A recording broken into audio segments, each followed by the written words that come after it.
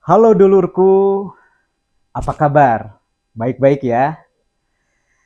Akhir-akhir ini banyak masyarakat yang semakin resah, semakin bingung, bahkan semakin takut dengan semakin banyaknya pernyataan-pernyataan, tayangan-tayangan di media sosial.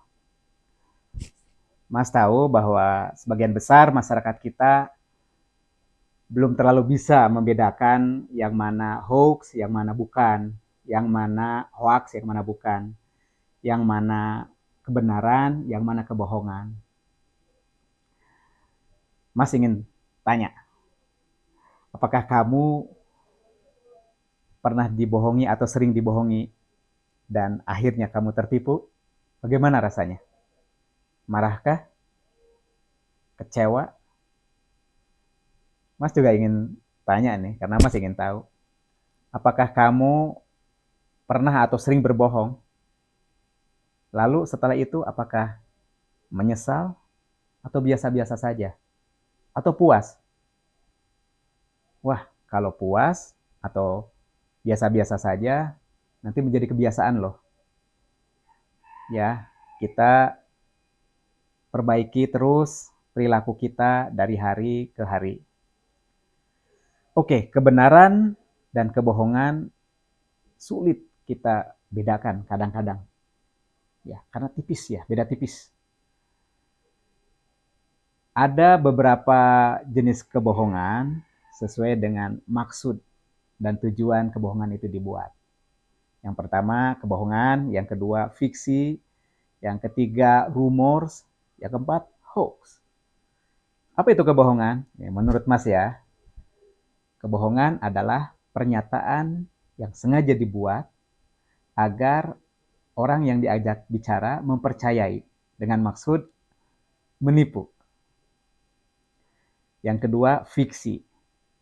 Fiksi adalah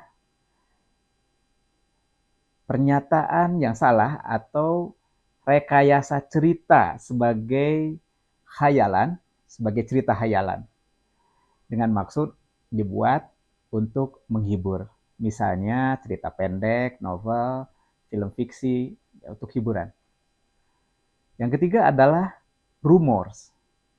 Rumors adalah pernyataan yang belum lengkap sebetulnya.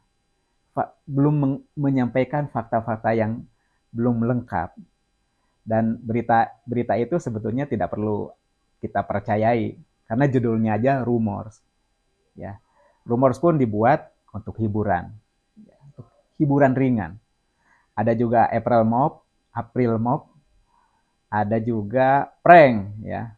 Jadi si objeknya merasa tertipu ya karena beritanya tidak benar ya. Tapi pada akhirnya dia sadar bahwa itu adalah tidak benar, itu adalah prank. Ya.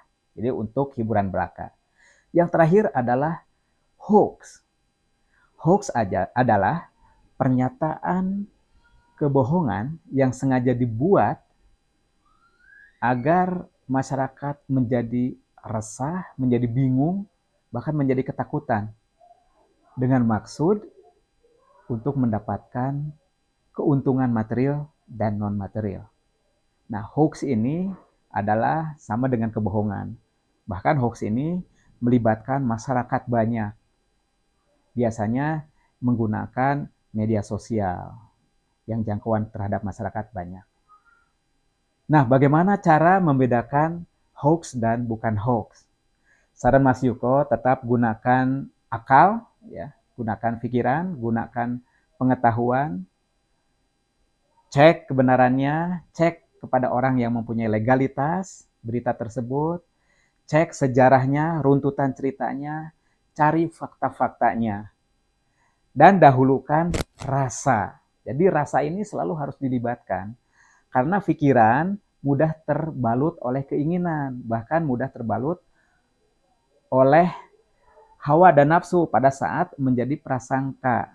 Ya, jadi gunakan rasa, karena rasa adalah kemurnian yang tidak terbalut oleh keinginan. Bahkan rasa sejati adalah rasa yang menguasai hawa dan nafsu.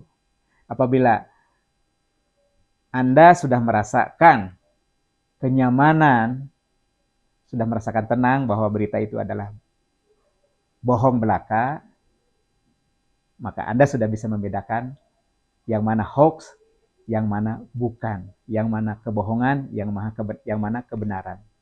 Ya, saya harapkan masyarakat lebih belajar lagi terus menggunakan rasa, menggunakan akal, pikiran. Mas, pamit dulu.